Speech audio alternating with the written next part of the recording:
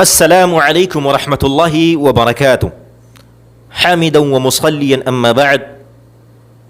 ناظرین کرام، اللہ کے نبی صلی اللہ علیہ وسلم کا فرمان گرامی ہے، ثلاث من کن فیہ وجد حلاوۃ الایمان.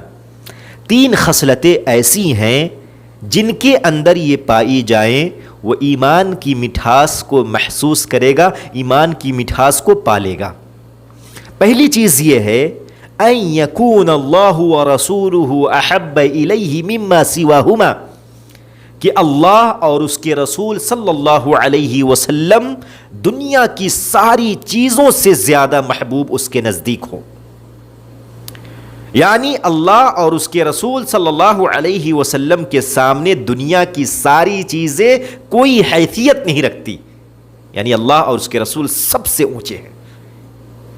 نمبر 2، وَأَن يُحِبَّ الْمَرْءَ لَا يُحِبُّهُ إِلَّا لِلَّهِ، اگر وہ کسی سے محبت کرے تو صرف بس صرف اللہ سبحانہ و تعالیٰ کی رضا کی خاطر، اللہ کی خوشنودی کی خاطر، کوئی دھوکہ دھڑی نہ ہو، ریا نہ ہو، دکھاوا نہ ہو، مفاد وابستہ نہ ہو، خود غرضی نہ ہو، بلکہ صرف بس صرف اللہ سبحانہ و تعالیٰ کی رضامندی شامل حال ہو.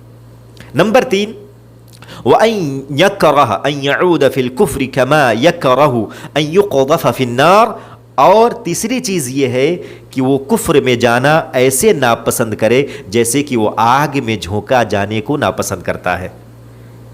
میرے بھائیو، کفر ایک بڑی بیماری ہے، بڑی بیماری ہے، اور اللہ سبحانہ و تعالی نے ہمیں ایمان کی صورت میں بہت بڑی نعمت دی ہے.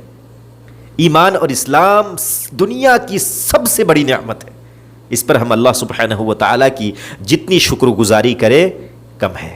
اسی لیے میرے بھائیوں، اس حدیث کی روشنی میں تینوں چیزوں پر عمل کرنے کی کوشش کریں، اور تینوں چیزوں کو جب آپ اپنی زندگی کے اندر داخل کر لیں گے تو آپ ایمان کی مٹھاس کو پائیں گے اور ایمان کی شیرینی اور ایمان کی لذت کو آپ محسوس کریں گے. اللہ سبحانہ و تعالی ہم سب کو اس حدیث کی روشنی میں عمل کرنے کی توفیق عطا فرمائے. آمین. وصلی اللہ علی نبینا محمد وعلی آلہ واصحابہ اجمعین. والسلام علیکم ورحمۃ اللہ وبرکاتہ.